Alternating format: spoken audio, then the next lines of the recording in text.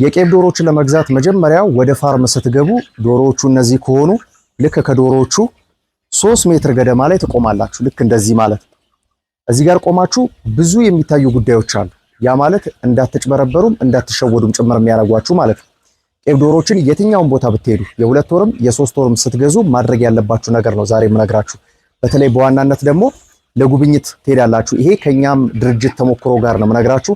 እያንዳንዱ አርቢ መጥቶ ጉብኝት ስለሚያደርግ ከመውሰዱ በፊት የዶሮዎቹ አጠቃላይ ፕሮግረሳቸው ምን ይመስል ነበረ፣ ምን ማሟላት ይጠበቅባቸዋል የሚለው ጀማሪም ቢሆን ልምድ ቢኖረው እውቀትም ቢኖረው መጥቶ ሙሉ በሙሉ በትንሽ ደቂቃዎች ውስጥ ብቻ ገምግሞ መሄድ ይችላል።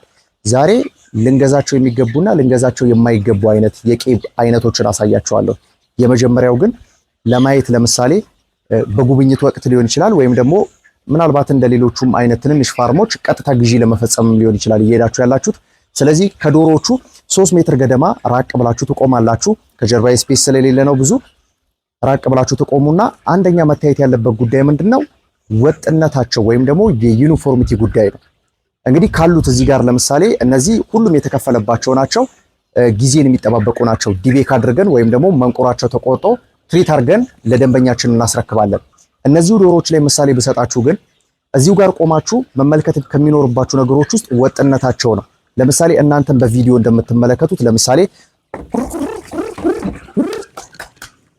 ለምሳሌ ከዚህ ጋር ትመለከቷቸዋላችሁ። እነዚህን ዶሮዎች ወጥነታቸው በጣም የሚያስገርም አይነት ነው።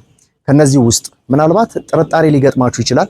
ምናልባት ትንሽና ትልቅ ሊኖር ይችላል ብላችሁ ከገመታችሁ ደግሞ እጅ የገባ 20 ዶሮዎችን በመያዝ ብቻ ወጥናቸው አይደሉም የሚለውን 20 ዶሮ ውስጥ ከ5 ዶሮ በላይ ልዩነት ካለ ወይም ደግሞ የሰውነት ክብደታቸው ወይም ደግሞ ፊዚካላቸው በጣም የተለያየ ከሆነ እነዛን ዶሮዎች ግዢ ማድረግ እንደሌለባችሁ ከወዲሁ ልነግራችሁ ፈልጋለሁ ማለት። ስለዚህ በዋነኝነት መታየት ያለበት ዩኒፎርሚቲያቸው ከአጠቃላይ ከዚህ ከምታዩቸው መንጋ ውስጥ በዚህም አሉ፣ በዚህም በግራም በቀኝም ሁለቱም እንግዲህ ከጀርባዬም በዚህም መልኩ ሙሉ ሼድ ውስጥ ቀጣይም 3-4 ሼዶች አሉ። እነዛው ውስጥ የምትመለከቷቸው ሙሉ የተከፈለባቸው ናቸው።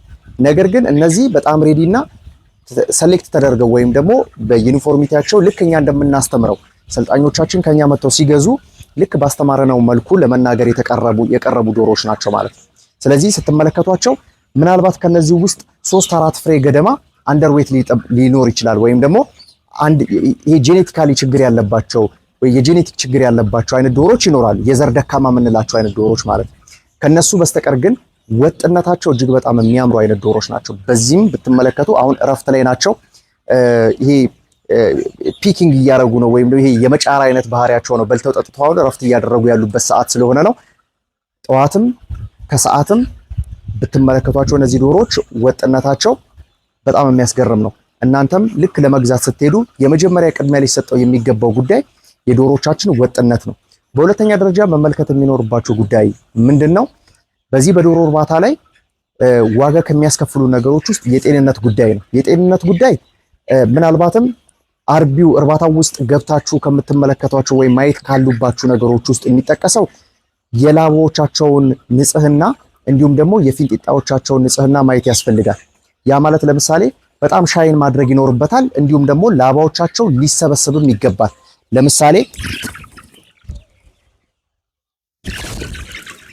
እሺ አንድ ዶሮ አሳይቼ ለምሳሌ ይዤ አሳያችኋለሁ።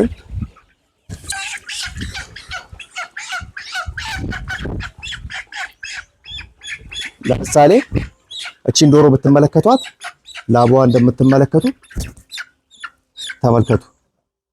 ላባዋን እንደምታዩት ራሷን የምትቆጣጠር ሻይን የሚያደርግ ያማረ ነው። በነገራችን ላይ እዚሁ ላይ ራሱ ብዙ ነገሮችን ማየት ይቻላል።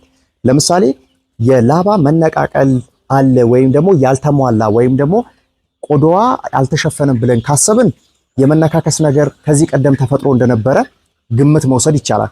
ሁለተኛ ነገር ደግሞ ያልተመጣጠነ መኖ፣ ምናልባት መኖ በበቂ ሁኔታ ያላገኙ ዶሮዎች ፌዘራቸው ይናገራል። ምናልባት የመቆም አይነት ባህሪ ሊኖረው ይችላል። ሁለት አይነት ነገሮችን ይጠቅስላቸዋል።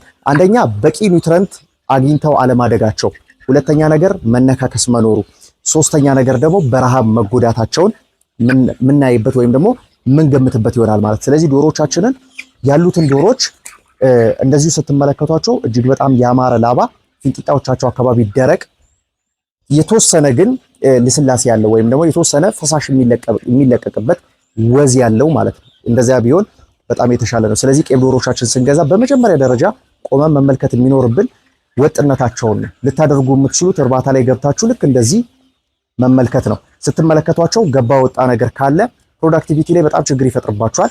የምንጠብቃቸው አሉ። አጠቃላይ ስታንዳርዱ ከ100% ወይም ደግሞ ከ100 ዶሮዎች 85 ዶሮዎች ወጥ መሆን አለባቸው። 15 ዶሮዎች ደግሞ ምናልባት ከፍና ዝቅ የማለት ባህሪ ያላቸው። ከዚህ ውጪ ያለው ነገር ግን በአርቢው ለምሳሌ በእኛ ስህተት ሊሆን ይችላል፣ በሌሎቹ አርቢዎች ስህተት ሊሆን ይችላል። ስለዚህ ትንንሽ ዶሮዎች ለብቻ እየተነጠሉ ኦቨርፊድ እያደረግናቸው ወይም ደግሞ አስፈላጊ የሚባሉትን ኒውትረንቶች በተለይ ደግሞ ከፕሮቲን ጋር ተያይዞ ያሉ ንጥረ ነገሮችን በመጨመር ለዶሮዎቻችን በመስጠት በበቂ ሁኔታ እንዲደርሱ ማድረግ ያስፈልጋል ማለት ነው። ስለዚህ በእርባታዎቻችሁ ላይ ለጉብኝት በምትሄዱበት ሰዓት ልዩ ጥንቃቄ መደረግ ያለበት ጉዳይ ይህንን ያካትታል።